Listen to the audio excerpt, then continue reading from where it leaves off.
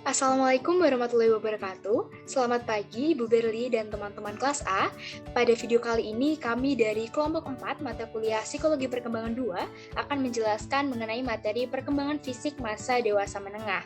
Namun sebelum kita memasuki materi, terlebih dahulu perkenalkan anggota dari kelompok kami. Yang pertama ada Amelia Nanda Utami dengan NIM G012114, kemudian ada Angel Natasha Susesa dengan NIM G012115, dan yang terakhir saya Anisha Salsabila Ainun Raziza dengan NIM G01211020. Kemudian berikut adalah submateri yang akan menjadi topik pembahasan pada kesempatan kali ini, di mana yang pertama ada hakikat masa dewasa menengah, kemudian yang kedua ada perubahan fisik, selanjutnya kesehatan dan penyakit, angka kematian, dan yang terakhir seksualitas. Baik, jadi pada materi pertama terkait hakikat masa dewasa akan dijelaskan oleh teman saya, Ama. Silakan. Atas kesempatan yang telah diberikan, di sini kita akan membahas tentang hakikat masa dewasa. Nah, di hakikat masa dewasa ini mencakup tentang pembahasan perubahan usia di parubaya dan mendefinisikan masa dewasa menengah. Yang pertama, kita akan membahas tentang perubahan usia parubaya. Nah, usia parubaya merupakan masa persiapan yang penting untuk memasuki masa dewasa akhir atau sering disebut dengan masa hidup malang, dinyatakan oleh Laxman pada tahun 2004. Oke, selanjutnya tentang pengertian masa dewasa menengah. Nah, masa dewasa menengah itu mencakup keseimbangan antara pekerjaan dan tanggung jawab relasi di tengah-tengah perubahan fisik dan psikologis yang berlangsung seiring dengan proses penuaan, dinyatakan oleh Laxman pada tahun 2004. Nah, masa dewasa menengah itu dapat didefinisikan sebagai masa di mana terjadi penurunan keterampilan fisik dan meluasnya tanggung jawab. Oke, selanjutnya masih tentang mendefinisikan masa dewasa menengah. Nah, masa dewasa menengah itu ditandai dengan penurunan keterampilan fisik dan meluasnya tanggung jawab. Selanjutnya, periode di mana seseorang menjadi lebih sadar mengenai polaritas usia muda dan berkurangnya jumlah waktu yang masih tersisa dalam hidup. Nah, masa dewasa menengah juga dapat didefinisikan sebagai suatu masa di mana seseorang telah mencapai dan membina kepuasan dalam dirinya. Dan dapat pula didefinisikan sebagai suatu titik di mana seseorang berusaha meneruskan sesuatu yang bermakna kepada generasi selanjutnya. Selanjutnya tentang perkembangan fisik dapat dilanjutkan oleh teman saya Anish. Baik, sekarang kita masuk ke materi yang kedua, yaitu terkait perkembangan fisik. Jadi teman-teman, tidak seperti perubahan fisik yang berlangsung di awal masa remaja atau penurunan secara mendadak yang kadang-kadang terjadi pada usia lanjut. Perubahan fisik yang berlangsung di usia parubaya ini biasanya berlangsung secara bertahap. Nah, jadi meskipun setiap orang yang mencapai usia parubaya ini mengalami sejumlah perubahan fisik, ternyata laju dari proses penuaan ini dapat bervariasi antara individu yang satu dengan individu yang lain. Kemudian, susunan genetik dan juga faktor gaya hidup ini ternyata memainkan peranan yang sangat penting dalam menentukan apakah penyakit kronis akan muncul pada seseorang atau tidak dan kapan penyakit tersebut akan muncul. Nah, usia parubaya ini dapat kita ibaratkan sebagai sebuah jendela, di mana melalui jendela tersebut kita dapat memandang secara sekilas kehidupan kita selanjutnya. Sementara pada saat itu kita juga masih memiliki waktu untuk bisa melakukan upaya preventif dan sampai pada taraf tertentu untuk mempengaruhi proses penuaan kita nantinya, menurut Laxman pada tahun 2004. Baik, jadi yang pertama ada tanda-tanda yang tampak. Jadi salah satu tanda-tanda perubahan fisik yang tampak paling jelas di masa dewasa menengah ini adalah penampilan fisiknya. Jadi biasanya tanda-tanda penuaan ini akan terlihat pertama kali di usia sekitar 40-an atau 50-an. Di mana pada usia ini kulit orang parubaya akan mulai mengalami kerutan, kemudian bisa juga mulai mengendur karena mereka telah kehilangan lemak dan juga kolagen yang terletak di bawah jaringan kulit.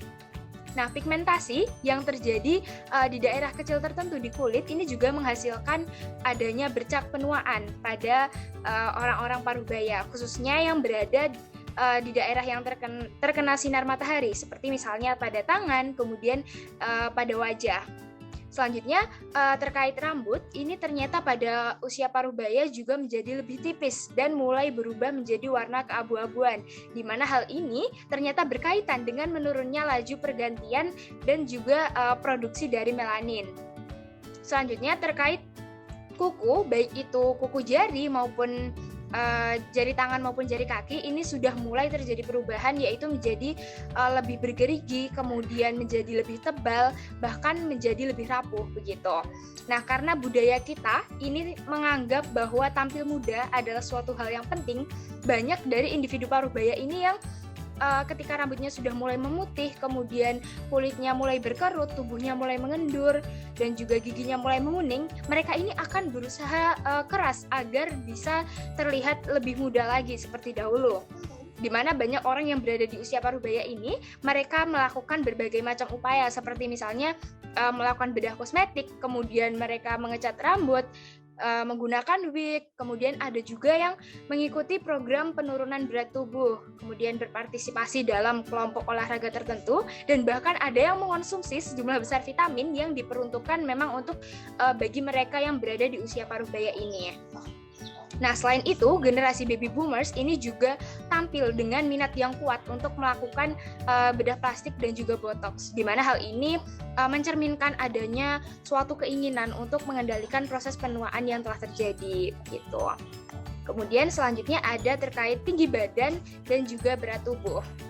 Nah, jadi di usia parubaya ini, tinggi tubuh individu parubaya dapat mengalami penyusutan, sementara untuk berat tubuhnya ini akan justru semakin bertambah, di mana rata-rata antara usia 30 hingga 50 tahun, tinggi tubuh pria akan menyusut sebesar setengah inci dan menyusut 3/4 inci ketika berada pada usia 50 hingga 70 tahun, menurut Hoyer dan Rodin pada tahun 2009. Nah, menyusutnya tinggi tubuh wanita, sedangkan pada wanita ini dapat mencapai 2 inci, teman-teman, dari usia 25 hingga 75 tahun. Selain itu, perlu diketahui bahwa mengenai berkurangnya tinggi tubuh ini yang disebabkan oleh proses penuaan, ternyata terdapat banyak variasi antara individu yang satu dengan individu yang lainnya. Jadi, dapat kita katakan bahwa antara individu yang satu dengan yang lainnya ini, penyusutan tingginya ini tidak sama begitu, jadi berbeda-beda antara masing-masing individu. Nah, berkurangnya tinggi tubuh ini ternyata juga berkaitan dengan terjadinya penyusutan tulang pada vertebrata. Nah, di mana rata-rata jumlah tubuh di usia remaja kan sekitar 10% dari berat tubuh. Namun ternyata ketika pada usia parubaya jumlahnya ini meningkat hingga 20%, teman-teman. Nah, dalam sebuah survei nasional terdapat 29% orang dewasa Amerika Serikat yang berusia 40 hingga 59 tahun ini ternyata dianggap mengidap obesitas, teman-teman. Menurut Pusat Pencegahan dan Pengendalian Penyakit pada tahun 2006, di mana kelebihan berat tubuh ini dapat membahayakan kesehatan di usia parubaya. Nah, kegemukan ini meningkatkan peluang individu untuk menderita sejumlah penyakit tertentu, seperti misalnya penyakit hipertensi, kemudian ada gangguan pencernaan, dan lain sebagainya. Nah, sebagai contoh, obesitas ini ternyata meningkatkan kemungkinan individu menderita sejumlah penyakit lain, seperti hipertensi, tekanan darah tinggi yang berada di luar batas normal, kemudian diabetes, dan juga gangguan pencernaan lain. Begitu. Nah, selain itu, ada juga sebuah studi berskala besar yang menemukan bahwa kelebihan berat badan atau obesitas ini di usia parubaya dapat meningkatkan resiko meninggal dengan lebih cepat, teman-teman. Di mana lebih dari 500.000 orang yang berusia antara 50 hingga 71 tahun ini mengisi survei tentang tinggi dan berat badan mereka. Dan peneliti setelah ditelaah rekam jejak kematian partisipan selama 10 tahun. Nah, ternyata mereka yang kelebihan berat badan ini didefinisikan sebagai indeks massa tubuh yang berpengaruh terhadap tinggi dan berat badan 25 atau lebih. Di usia 50 tahun mereka akan memiliki resiko 20 hingga 40% lebih besar untuk mengalami kematian lebih awal. Di mana mereka yang mengidap obesitas dengan indeks massa tubuh 30 atau lebih ini punya resiko yang lebih tinggi sebanyak 100 bahkan sampai 200% mengalami kematian prematur. Nah, selain itu, meskipun sudah menggarisbawahi risiko kesehatan individu yang kelebihan berat badan atau mengidap obesitas di masa dewasa menengah, kehilangan berat badan yang parah ini juga bisa menimbulkan resiko dalam berbagai macam penyakit akut, begitu. Selanjutnya terkait kekuatan sendi dan tulang. Nah, kekuatan fisik maksimum ini seringkali dicapai oleh orang-orang pada usia 20-an. Selain itu terdapat istilah sarkopenia, di mana istilah ini merujuk pada kehilangan massa otot dan kekuatan. Terkait usia, angka kehilangan massa otot ini dapat mencapai 1 hingga 2% per tahun setelah usia 50 tahun, menurut Marshall pada tahun 2003. Nah, kehilangan kekuatan secara khusus ini terjadi di bagian punggung dan kaki, di mana ternyata dengan melakukan latihan ini kita dapat mengurangi penurunan yang terjadi di sarkopenia, gitu. Nah, kemudian fungsi dari sendi-sendi ini biasanya puncaknya terjadi ketika berada pada usia 20-an, di mana bantalan yang diperlukan untuk pergerakan tulang seperti misalnya otot dan ikatan tulang ini menjadi kurang efisien di usia paruh baya, di mana waktu sendi individu ini menjadi lebih kaku dan lebih sulit digerakkan. Jadi misal teman-teman memiliki orang tua begitu yang di usia paruh baya ini mengeluh bahwa sendi-sendinya ini sudah mengalami nyeri begitu, kemudian kakinya tidak lagi bisa digunakan dengan bebas. Nah, ini ternyata hal ini umum terjadi begitu pada orang-orang yang berada pada usia tersebut. Nah, selain itu, maksimum kepadatan tulang ini terjadi di akhir usia 30-an. Setelah itu kepadatan tulang akan menjadi menurun secara progresif, teman-teman. Kemudian angka kehilangan tulang ini dimulai dengan lambat, namun nanti akan meningkat pada usia 50-an menurut Ryan dan Elahi pada tahun 2007. Nah, pada wanita, angka kehilangan tulang ini ternyata 2 kali lebih cepat dibandingkan dengan pria, di mana di akhir masa hidup paruh baya, tulang akan lebih mudah patah dan juga membutuhkan waktu yang lebih lama untuk bisa pulih, begitu. Kemudian selanjutnya ada terkait penglihatan dan pendengaran. Ketajaman akomodasi mata, kemudian kemampuan memfokuskan dan mempertahankan sebuah bayangan pada retina, ini ternyata mengalami penurunan antara usia 40 hingga 59 tahun, di mana secara khusus individu di usia paruh baya ini mulai mengalami berbagai kesulitan untuk memandang objek-objek yang berada dalam jarak dekat, begitu. Selain itu, suplai darah ke mata ini ternyata pada usia paruh baya sudah mulai berkurang, meskipun biasanya hal ini tidak terjadi sebelum individu mencapai usia 50-an atau 60-an. Nah, berkurangnya suplai darah ini dapat menurunkan luas dari medan penglihatan dan dapat menjelaskan meningkatnya titik buta mata. Kemudian pada usia 60 tahun, retina menerima hanya sepertiga cahaya dari yang diterima ketika pada usia 20 tahun. Biasanya hal ini terjadi karena terdapat pengecilan pada ukuran pupil mata kita. Selanjutnya, ternyata pada usia 40 tahun, pendengaran itu juga sudah mulai menurun, teman-teman. Di mana asesmen auditori ini mengindikasi bahwa kehilangan pendengaran 50% terjadi pada individu yang berusia 50 tahun ke atas. Nah, penurunan yang pertama kali terjadi ini biasanya menyangkut sensitivitas terhadap nada-nada tinggi. Nah, meskipun demikian, kemampuan untuk mendengar suara bernada rendah ini sepertinya tidak banyak mengalami penurunan di usia paruh baya ini. Selain itu, ternyata teman-teman dibandingkan dengan wanita, pria ini biasanya lebih cepat mengalami penurunan sensitivitas terhadap nada tinggi. Mengapa? Karena bisa jadi hal ini disebabkan oleh adanya pria dihadapkan oleh banyak kebisingan, misalnya suara di tempat kerja seperti di pertambangan, kemudian menangani mobil, misal di bengkel, dan lain sebagainya. Nah, kemudian para peneliti ini mengidentifikasi kemungkinan baru untuk bisa meningkatkan penglihatan dan pendengaran seseorang ketika seseorang sudah mulai berusia. Nah, hal ini antara lain dapat ditempuh dengan cara mengontrol kekuatan cahaya dan juga kebisingan yang melatar belakangi suara yang didengar. Nah, di samping itu, kemajuan alat pendengaran yang akhir-akhir ini terjadi secara dramatis ini juga dapat meningkatkan pendengaran banyak individu. Baik, jadi selanjutnya yang kelima kita lanjut ke sistem kardiovaskuler. Nah, usia paruh baya ini merupakan suatu masa di mana tekanan darah tinggi dan juga kadar kolesterol tinggi seringkali mengejutkan orang dewasa, begitu. Menurut Leishman pada tahun 2004. Nah, sebagaimana yang telah dijelaskan tadi, penyakit kardiovaskular ini meningkat di usia parubaya, di mana level kolesterol di dalam darah yang meningkat selama usia dewasa, dan usia parubaya ini mulai terkumpul di bagian dinding arteri, yang nantinya dapat meningkatkan resiko terkena penyakit kardiovaskular.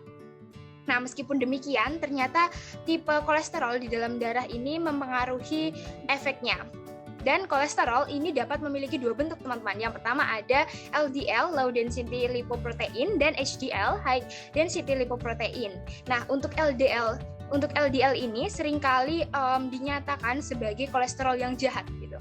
Mengapa? Karena level dari LDL ini terlalu tinggi dan dapat menempel pada lapisan pembuluh darah yang nantinya berakibat pada aterosklerosis, yaitu pengerasan arteri. Sedangkan untuk HDL ini seringkali dinyatakan sebagai kolesterol baik begitu. Mengapa? Karena jika HDL ini tinggi dan LDL-nya rendah, resiko penyakit kardiovaskuler ini menjadi lebih rendah. Nah, selain itu, tekanan darah atau hipertensi ini biasanya juga mulai muncul di usia 40-an hingga 50-an.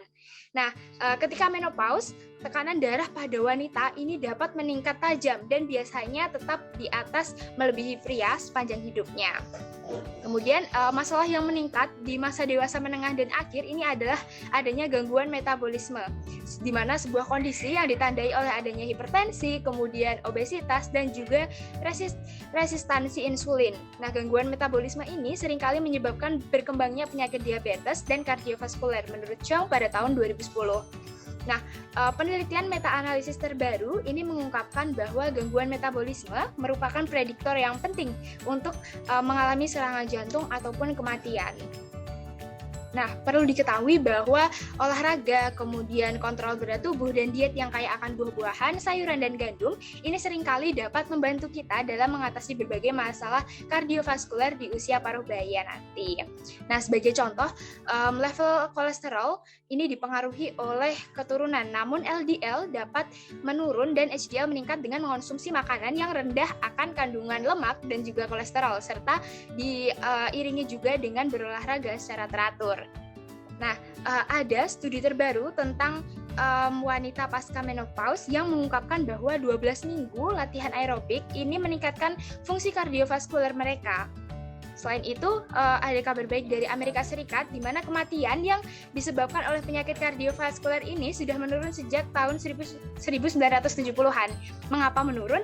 Karena meningkatnya mutu obat-obatan untuk menurunkan tekanan darah dan juga kolesterol, kemudian diet dan olahraga bagi individu yang beresiko telah mengarah pada penurunan kemungkinan kematian karena penyakit kardiovaskuler. Kemudian kita lanjut, yang keenam ada paru-paru. Di usia parubaya, kapasitas paru-paru ini mengalami perubahan kecil. Meskipun demikian, sekitar usia 55 tahun, ini protein di jaringan paru-paru menjadi kurang elastis. Perubahan ini dikombinasikan dengan meningkatnya kekakuan dinding dada, di mana hal ini dapat mengurangi kapasitas untuk mengangkut oksigen dari udara yang dihirup ke darah dalam urat-urat darah halus. Nah, kapasitas paru-paru individu yang merokok ini akan menurun dengan cepat di usia parubayanya. Namun seandainya ternyata individu tersebut menghentikan kebiasaan merokoknya, maka kapasitas paru-paru mereka akan meningkat. Meskipun pada akhirnya nanti peningkatannya tidak akan mencapai taraf seperti pada individu yang memang tidak pernah merokok sebelumnya. Dan yang terakhir, yang ketujuh, ada terkait tidur. Nah, di usia parubaya ini beberapa aspek dalam tidur menjadi lebih bermasalah, di mana jumlah total jam tidur ini biasanya tetap sama di masa dewasa awal.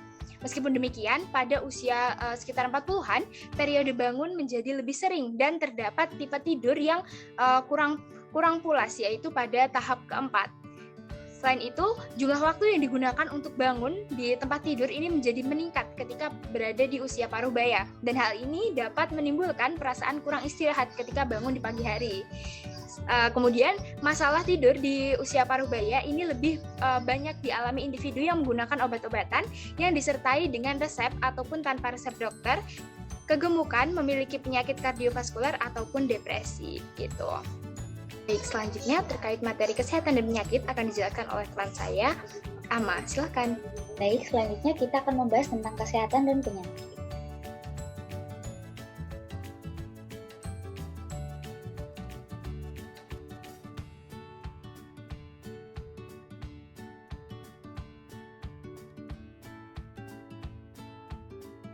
Baik, selanjutnya kita akan membahas tentang kesehatan dan penyakit.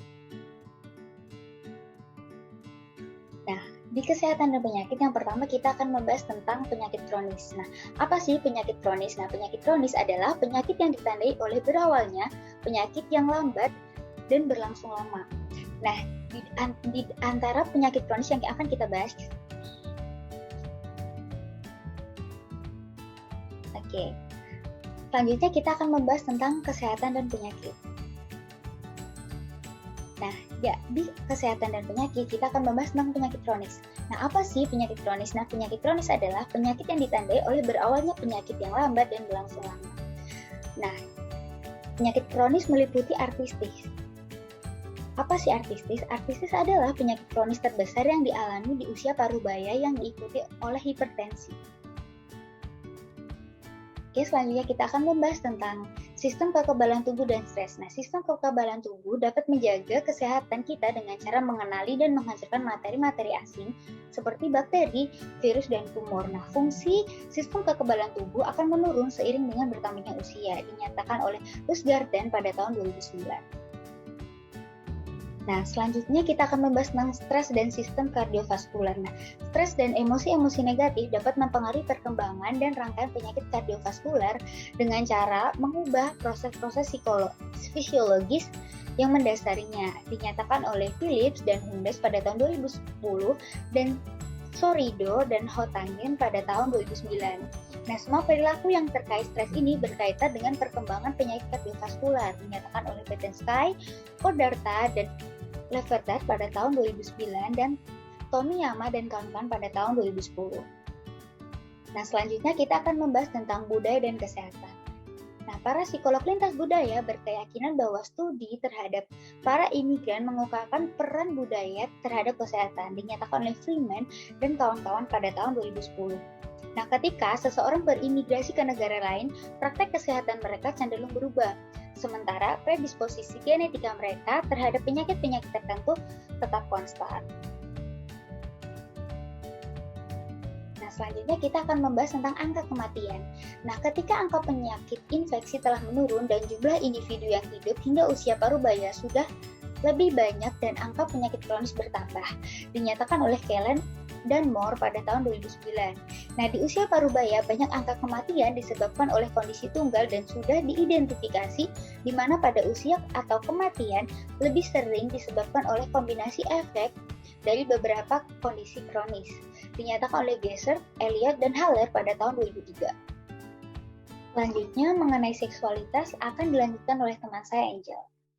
Baiklah, pada bagian selanjutnya itu adalah seksualitas. Nah, pada masa perkembangan fisik pada dewasa pertengahan itu pasti akan mengalami banyaknya perubahan-perubahan. Salah satunya yaitu perubahan seksualitas yang terjadi pada wanita maupun pria ketika mereka memasuki usia parubaya. Nah, di sini ada istilah yaitu climacteric, yaitu istilah yang digunakan untuk mendeskripsikan suatu transisi dalam hidup di mana terjadinya kemunduran dalam hal fertilitas. Nah, akan mendeskripsikan yaitu mengenai eksplorasi dari perbedaan-perbedaan substansial dalam klimakterik pada wanita dan pria ketika mereka memasuki usia parubaya.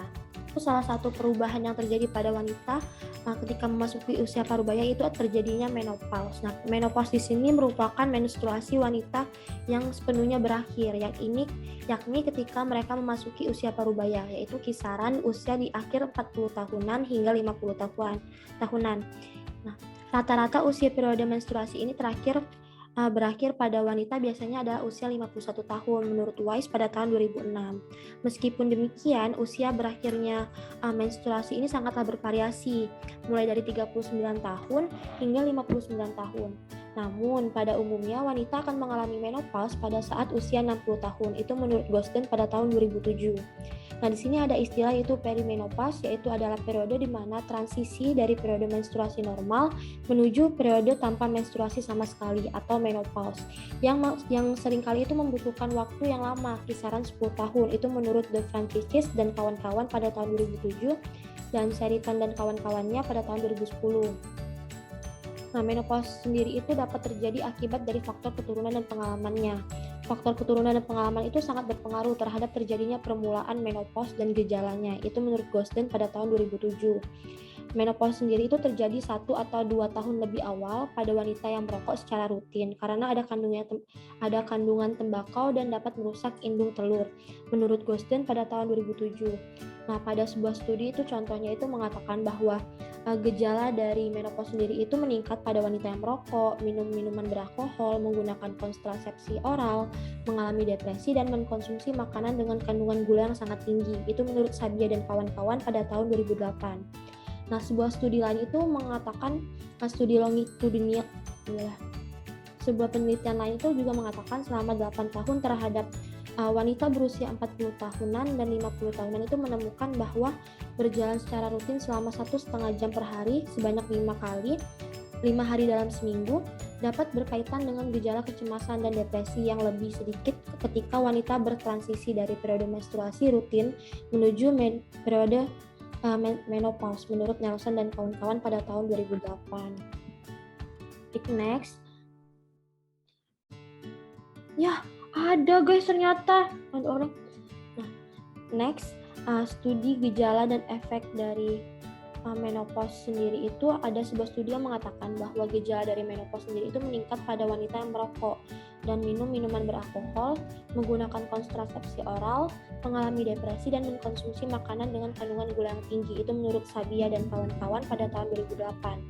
Nah, efek dari menopause sendiri itu tidak hanya bergantung pada waktunya, namun sangat bervariasi. Selama menopause sendiri itu, produksi estrogen oleh ovarium itu menurun secara dramatis, yang mengakibatkan gejala-gejala yang tidak nyaman pada sejumlah wanita seperti munculnya rasa mual, mudah lelah, dan detak jantung yang cepat.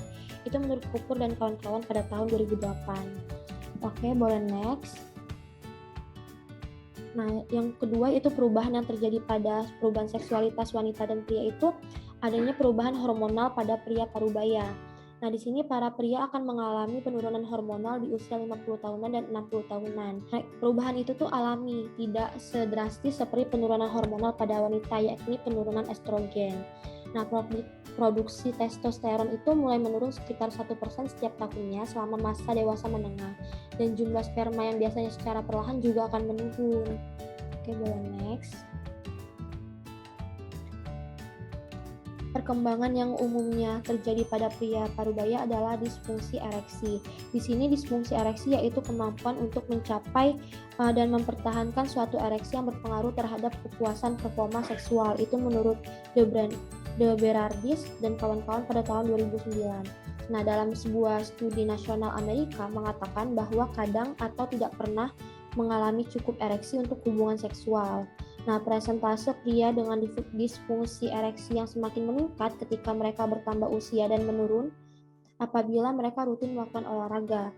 Nah, para peneliti itu menemukan bahwa 2/3 dari mereka itu mengatakan bahwa hal tersebut tidak merusak tidak merusak hubungan dengan pasangan mereka. Itu menurut Miran dan kawan-kawan pada tahun 2009.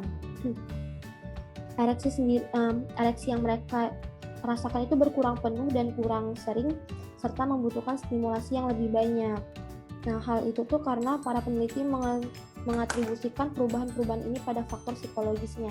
Namun, lambat laun, mereka itu menemukan bahwa 75% dari disfungsi ereksi pada pria parubaya bersumber dari masalah-masalah fisiologis. Nah, masalah ereksi pada pria parubaya ini disebabkan karena kebiasaan hidup mereka atau lifestyle mereka seperti merokok, terus terkena penyakit seperti diabetes atau hipertensi, dan meningkatnya level kolesterol, menurut Lackman dan kawan-kawan pada tahun 2007. Nah, di sini ada beberapa penelitian yang menemukan bahwa penanganan terhadap pria dengan disfungsi ereksi itu difokuskan pada obat-obat seperti Viagra dan obat-obat serupa, muncul setelah Viagra menjadi populer. Nah, di sini gaya hidup juga berperan pada disfungsi ereksi, seperti obesitas atau kelebihan gaya hidup dengan kurang aktif bergerak dan merokok secara signifikan dapat meningkatkan resiko mengalami disfungsi ereksi. Itu menurut Heydrich pada tahun 2010. Oke, boleh next. Nah, di sini itu terjadi adanya kelompok eksperimental dan kelompok kontrol pada perubahan yang terjadi pada perubahan hormonal pada pria parubaya. Yaitu yang pertama adalah kelompok eksperimental, kelompok yang diberikan informasi mendetail dan bersifat pribadi tentang pentingnya menurunkan berat badan, meningkatkan kualitas diet, dan meningkatkan aktivitas fisik untuk mengurangi terjadinya disfungsi ereksi. Nah, yang kedua yaitu adanya kelompok kontrol. Di sini kelompok yang diberikan informasi itu umum mengenai pemilihan makanan sehat dan meningkatkan aktivitas fisik. Nah, lalu yang ketiga yaitu ada perubahan yang terjadi pada perubahan seksualitas pada pria dan wanita parubaya itu adanya sikap perilaku seksual. Boleh next. Nah, sikap dan perilaku seksual ini pada umumnya pria dan wanita parubaya itu jarang melakukan aktivitas seksual dibandingkan di masa dewasa awalnya. Meskipun jika dilihat dari sudut pandang biologis, fungsi seksual pria dan wanita parubaya itu cenderung menurun di usia dewasa menengahnya. Boleh next. Nah, berikut merupakan frekuensi seks dari usia dan jenis kelamin dari survei yang dilakukan di Amerika. Nah, di sini di gambar itu dijelaskan bahwa frekuensi melakukan hubungan seks paling tinggi terjadi pada individu yang berusia 25 tahun hingga 29 tahun, yaitu 47% melakukan hubungan seksual 2 kali seminggu atau lebih. Nah, lalu ada juga frekuensi itu menurun tajam pada individu yang berusia 50 tahunan, yaitu 23% dari usia 50 tahun hingga 59 tahun. Lalu untuk pada wanita parubaya sendiri itu menyatakan bahwa mereka melakukan hubungan seks itu 2 kali atau lebih dalam seminggu, dan hanya 14% dari wanita kelompok usia ini yang melaporkan frekuensi yang sama. Baiklah, boleh next. Meskipun pria dan wanita parubaya ini lebih jarang melakukan hubungan seksualitas dibandingkan ketika mereka masih berusia dewasa awal, sebuah studi di Kanada itu terhadap individu yang berusia 40 tahun hingga 64 tahun itu mengungkapkan bahwa hanya 30% dari mereka yang melaporkan bahwa kehidupan seksual mereka itu kurang memuaskan dibandingkan ketika mereka berusia 20 tahunan. Itu menurut White pada tahun 2006.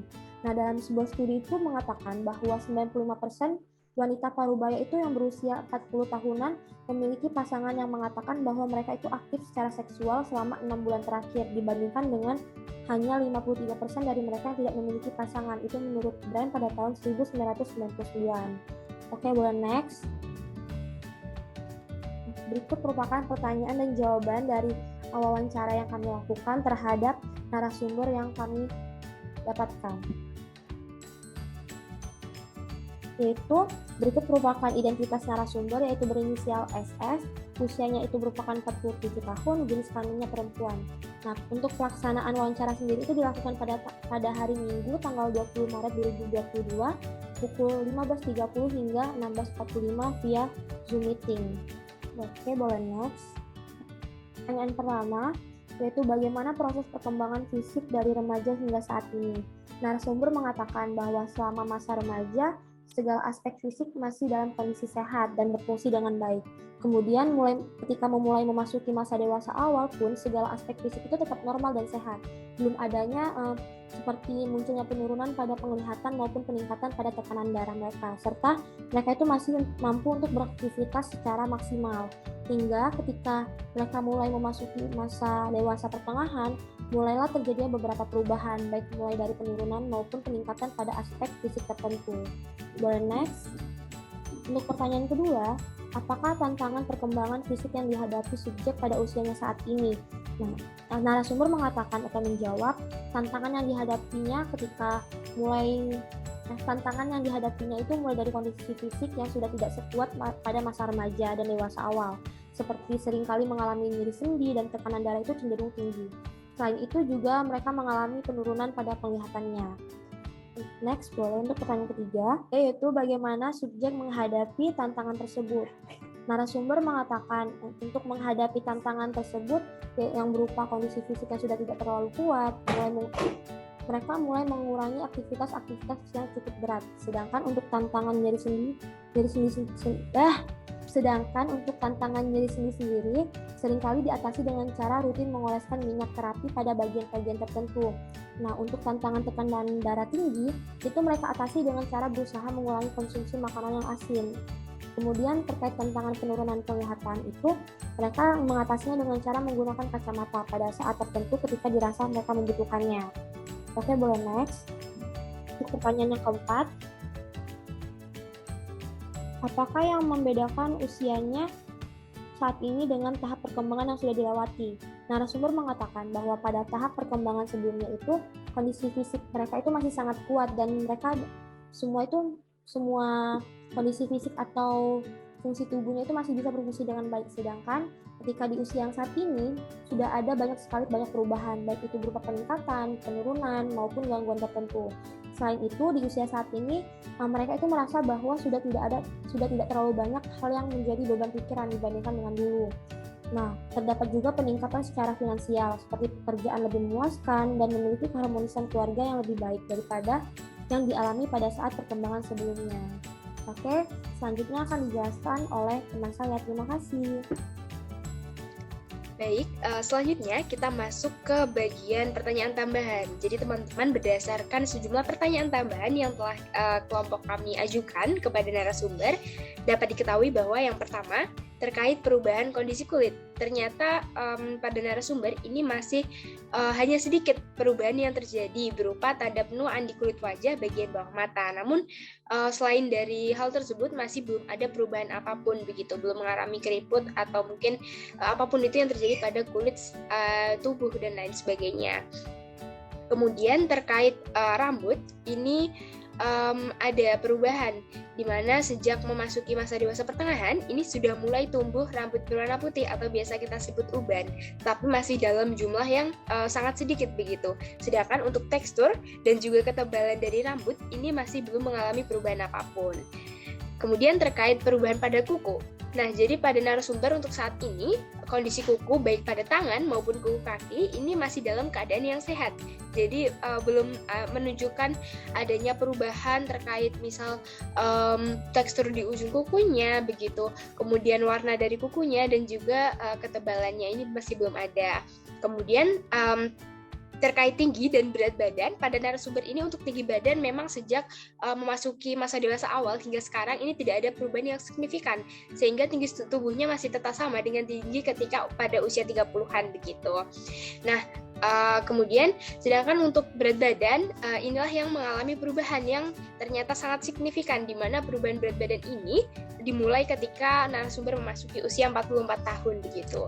Nah, selanjutnya terkait gangguan, ternyata pada narasumber ini tidak mengalami gangguan pencernaan dan diabetes. Mengapa? Karena narasumber ini selalu berusaha untuk menjaga pola makan yang baik dan juga memang sejak dulu tidak pernah sekalipun mengalami gangguan pada organ-organ pencernaan. Selain itu, untuk kadar gula ini juga selalu baik sehingga terbebas dari ancaman diabetes gitu. Sedangkan kalau untuk hipertensi ini narasumber ketika mulai di usia 40-an ini hingga sekarang ini sempat beberapa kali mengalami hipertensi begitu. Nah, terkait perubahan pada masa otot ini ternyata narasumber merasakan sedikit penurunan terkait masa otot tersebut begitu. Nah, selanjutnya terkait tulang dan persendian begitu. Nah, ternyata pada narasumber kita ini sudah sering merasakan ngilu pada daerah persendian terutama pada bagian lutut begitu. Nah, bahkan ketika nyerinya sedang kambuh begitu, hal ini bisa sampai mengganggu subjek ataupun narasumber tersebut dalam melakukan aktivitas sehari-hari begitu. Selanjutnya terkait gangguan penglihatan dan pendengaran. Ternyata pada narasumber ini tidak pernah mengalami gangguan penglihatan jarak jauh sejak kecil sampai sekarang. Hanya mengalami gangguan jarak dekat saja yang dimulai saat memasuki usia 40-an begitu. Nah, kemudian terkait kemampuan pendengaran nih. Sejak dulu sampai sekarang narasumber ini ternyata tidak mengalami perubahan apapun sehingga tidak ada penurunan pada kemampuan pendengaran. Selanjutnya terkait kadar kolesterol ini mulai terjadi sedikit peningkatan kadar kolesterol sejak narasumber memasuki usia 40-an begitu. Nah, terkait gangguan metabolisme ternyata narasumber ini tidak pernah ada gangguan apapun terkait gangguan metabolisme sampai usia saat ini begitu. Nah, selain itu, terkait sistem pernafasan, ternyata pada narasumber ini tidak merasakan adanya perubahan apapun. Sistem pernafasannya masih bisa berfungsi dengan sangat baik begitu. Nah, terkait pola tidur dan juga jadwal tidur, ini untuk jadwal tidur memang sejak usia 20-an, narasumber ini sudah memiliki kebiasaan tidur larut malam. Sedangkan jadwal bangunnya ini sejak dulu sampai sekarang memang masih tetap sama, yaitu bangun pada dini hari begitu. Nah, hal yang dirasa berbeda ini ternyata adalah pada perasaan ketika bangun tidur, di mana pada masa dewasa ini, di masa dewasa pertengahan ini, narasumber lebih merasa bahwa jam tidurnya ini masih belum cukup begitu, dan terkadang masih merasa bahwa lelah begitu, padahal baru saja bangun dari tidur gitu. Nah, kemudian terkait penyakit kronis, ini narasumber sampai sekarang alhamdulillah tidak pernah mengalami penyakit kronis apapun itu gitu. Nah, selanjutnya terkait frekuensi dari stres. Ini justru pada narasumber kita ketika memasuki masa dewasa pertengahan ini frekuensi mengalami stres malah justru semakin menurun secara bertahap begitu. Sangat jarang mengalami stres dan tidak merasakan adanya beban yang berat serta pikiran menjadi jauh lebih santai dan rileks. Selanjutnya terkait menopause, ternyata narasumber masih belum mengalaminya di usianya sekarang ini, tapi saat ini sudah berada pada tahap perimenopause. Dan saat ini merasakan terjadinya beberapa perubahan yang sudah disadari begitu oleh narasumber, seperti mulai jadwal menstruasinya yang tidak teratur dan merasakan sedikit rasa sakit setelah melakukan hubungan seksual begitu. Nah, selanjutnya terkait obat-obatan atau vitamin tertentu, ternyata sejak dulu sampai sekarang memang narasumber ini tidak pernah rutin mengonsumsi baik itu vitamin maupun obat-obatan tertentu gitu. Nah, kemudian terkait frekuensi dalam melakukan aktivitas seksual, pada narasumber ini memang di masa dewasa menengah ini sudah mengalami penurunan teman-teman, dan perubahan frekuensi ini mulai terjadi ketika memasuki usia 45 hingga sekarang. Kemudian apakah frekuensi dari perilaku seksual seperti berpelukan, berciuman, dan lain sebagainya ini juga mengalami perubahan? Nah, ternyata iya mengalami perubahan karena sudah tidak sesering ketika masih pada tahap dewasa awal begitu. Nah, selanjutnya yang terakhir, apakah hal tersebut, jawaban dari pertanyaan nomor 22 dan 23 yaitu terkait perilaku seksual dan juga aktivitas seksual tadi, apakah dirasa berpengaruh pada kepuasan seksual? Nah, ternyata menurut narasumber ini tidak, teman-teman. Jadi, meskipun frekuensi dari aktivitas dan juga perilaku seksual tadi menurun, hal tersebut dirasakan oleh narasumber tidak berpengaruh pada kepuasan seksualnya. Seperti itu. Nah, selanjutnya berikut adalah daftar pustaka yang digunakan oleh kelompok kami dalam menyusun materi pada video kali ini begitu. Nah, sekian dari kelompok kami. Semoga materi yang disampaikan oleh kelompok 4 bisa memberikan manfaat dan juga memberikan pencerahan kepada teman-teman semua. Terima kasih kepada teman-teman dan juga Bu Berli yang telah menyaksikan video ini sampai akhir. Sekian dari kelompok kami, mohon maaf apabila masih terdapat banyak kekurangan dan kesalahan. Wassalamualaikum warahmatullahi wabarakatuh.